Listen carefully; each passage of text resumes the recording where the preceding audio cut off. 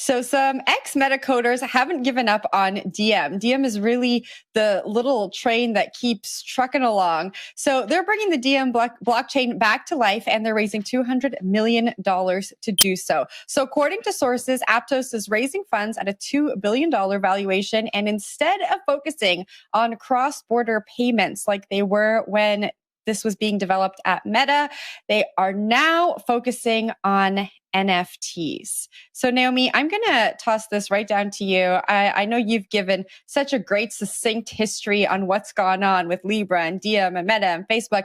And Facebook recently announced that they were selling off IP so that they could pay back investors for this project. And here we are. It's still going, and they're possibly pivoting onto NFTs.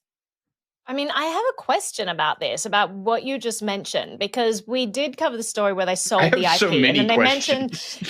and then they mentioned in this article that it was placed under open source licenses. So someone bought the IP and then placed it under open source. Is that what happened? Am I understanding that correctly?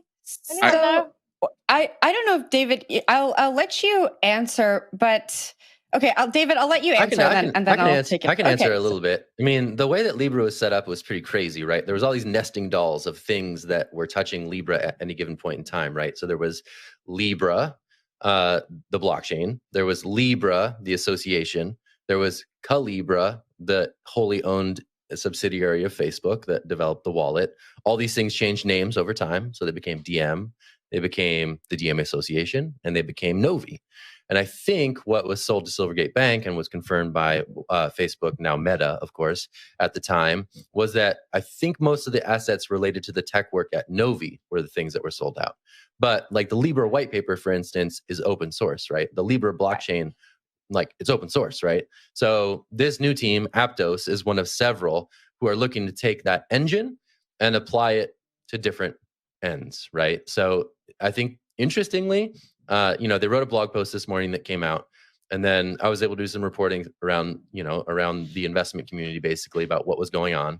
And in the blog post, there's a very conspicuous omission. There's no mention of stablecoins. There's no mention of cross-border payments. That's not what they're going for. That was the thing that poked the hornet's nest, right? That was the thing that killed Libra in the end. That stuff is not mentioned. They just say, hey, there's a really good blockchain here. There's a really good general purpose blockchain here.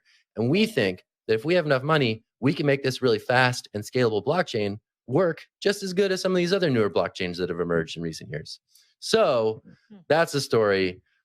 It's a crazy story. Libra is a story that will never die. And this is just the latest example of it in what could be really interesting, but who knows? David? Yeah, I'm puzzled by this and deeply skeptical.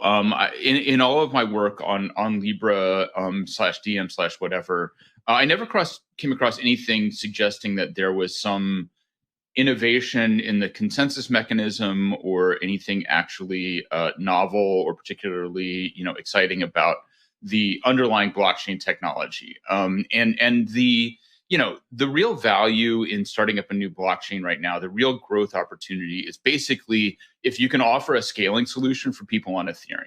Other than that, the proposition for a new layer one blockchain is pretty thin.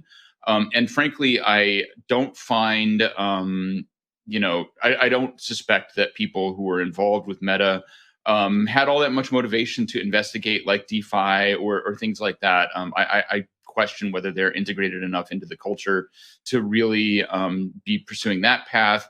And once you take away the basket of foreign currencies that was supposed to back the Libra stablecoin, I'm unaware of what exactly the functionality is supposed to be. But I certainly don't see it competing with the tons of other L1s that are already out there that are affiliated with an active community like Avalanche or any of the other. Sorry, I saw everybody's hands go up at the same time though, so I'm just gonna have to throw it out there. I'll start. I want to dispute you on that. Look at like Terra, right, which is based on Cosmos. Like that's not an EVM chain. It has a huge community now. Huge, like lots of value is locked on Terra, right? So Avalanche probably didn't have a huge community until like 6 months ago. When did it launch on mainnet? So there's still room here, I think. And you hear a lot of talk about sort of the multi-chain future. And it's still early. Like this could be a chain that captures developer interests, user interests, and the loads of money that come with it. Some investors, according to sources, seem willing to make that bet. Others are like, no, I'm not going to fund the Libra white paper. That was a terrible idea the first time around. We're not signing that check. So, I mean, there's people in the investment branding is powerful, so there is a different. rationale there for sure. But yeah, it's going to be interesting to see what comes of this. Yeah.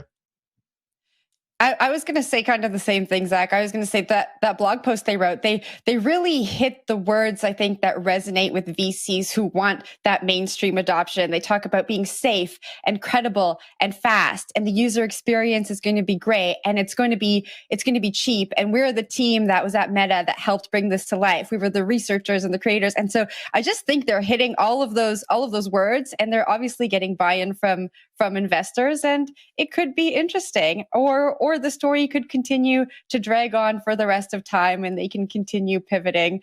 But I think they hit all the right words in that post, and they're obviously doing it with investors too. But Naomi?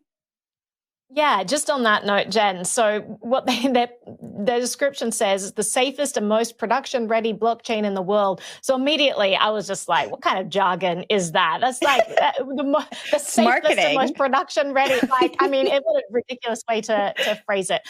But I do agree with Zach. I think that, and what you were saying, David, branding is super important. So the fact that we got tons and tons of media attention on this name, and now it's a recognizable name. And obviously, government didn't want it, and so they've just handed it off. But that name still has power. So, and not only that, let's not discount the Facebook team. I mean, they're on the cutting edge of technology. They have an incredible user interface. They have seamless user experiences.